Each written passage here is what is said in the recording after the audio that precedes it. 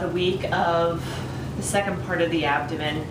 We have the rectus abdominis as well as the transverse abdominis. So the rectus abdominis is the one that is the most superficial. It's the one closest to the skin. It is the one that gives you that washboard-like appearance.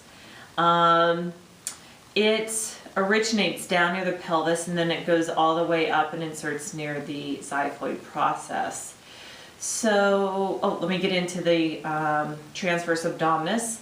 The transverse abdominis starts behind in the back, and then it comes around and wraps in the front, and it's the one that's the furthest away from the abdomen. Both of them they awaken when you do Navasana or boat pose. So getting back to rectus abdominis, it helps you to fold forward in different poses. So any kind of forward fold is the muscle that is utilized to do that. But if the xiphoid process is fixed, that's when the pelvis is going to lift up, like I'm just going to come into full lotus and use blocks to help support me into what is called Talasana. So your trapezius muscles also help you to get into this posture. So again, the xiphoid process is fixed, and when the xiphoid process is fixed, or the sternum is fixed, and that's when you can lift and engage the rectus abdominis. So that also helps, contracting the rectus abdominis also helps create that airbag effect. Now going over to the transverse abdominis, it is really important because it helps to tone the internal organs. Now you use the transverse abdominis when you are working on Uddiyana Bandha, as well as doing that nollie. So here's a couple tips I've learned along the road to help connect into the transverse abdominis and to connect into the Uddiyana Bandha. I like the one just starting lying down. So let me just move these blocks off to the side.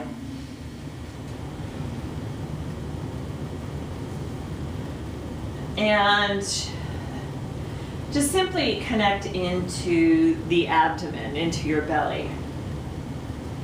And start by breathing in and out. Like awareness into the belly. So I'm not going to go into this fully because this should be done on an empty stomach or first thing in the morning before you eat any food or drink much liquids. So go ahead, separate the feet a little bit wider and try to draw the feet towards the buttocks. Hands come down onto the thighs and try to draw the wrists into the hip creases. Try to press the arms as straight as you can and just allow the whole spine to lengthen out. Again, focusing on the abdomen. So now, you're going to take a deep breath in, a quick forceful air out, and then it's a fake inhale. So that the breath travels from the navel all the way up the front of the torso.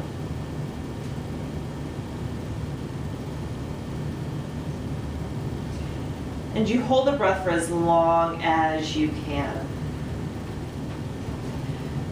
And then you could do this repetition as many times as you feel comfortable doing. I like to start out doing at least 3 to 5, depending on who's in my class. So it's nice to do this lying on the floor because you are more relaxed. You're not trying to keep everything engaged. So you can also do this standing up. This is the having the feet about hip width apart, bringing the hands up into the hip creases, and trying to kind of straighten the arms as much as you can. So your butt's almost sinking down like into a chair. Now, if there's problems with the wrists or hands, you could also bring the hands to the knees or thighs. I think it's more comfortable like this personally, but if people aren't able to do this or you're not able to do this. So this is the same thing as we did lying on the floor. So you just, this is a way to connect to Uddiyana Bandha to help build the fire, as well as to help just tone the internal organs. So breathing in and out of the belly. And then again, you take a breath in. Quick, forceful exhale, squeezing all the air out. And then imagine, it's a fake inhale. You imagine drawing the air up the front of the spine. So when I do this, I feel like my chest is puffing out.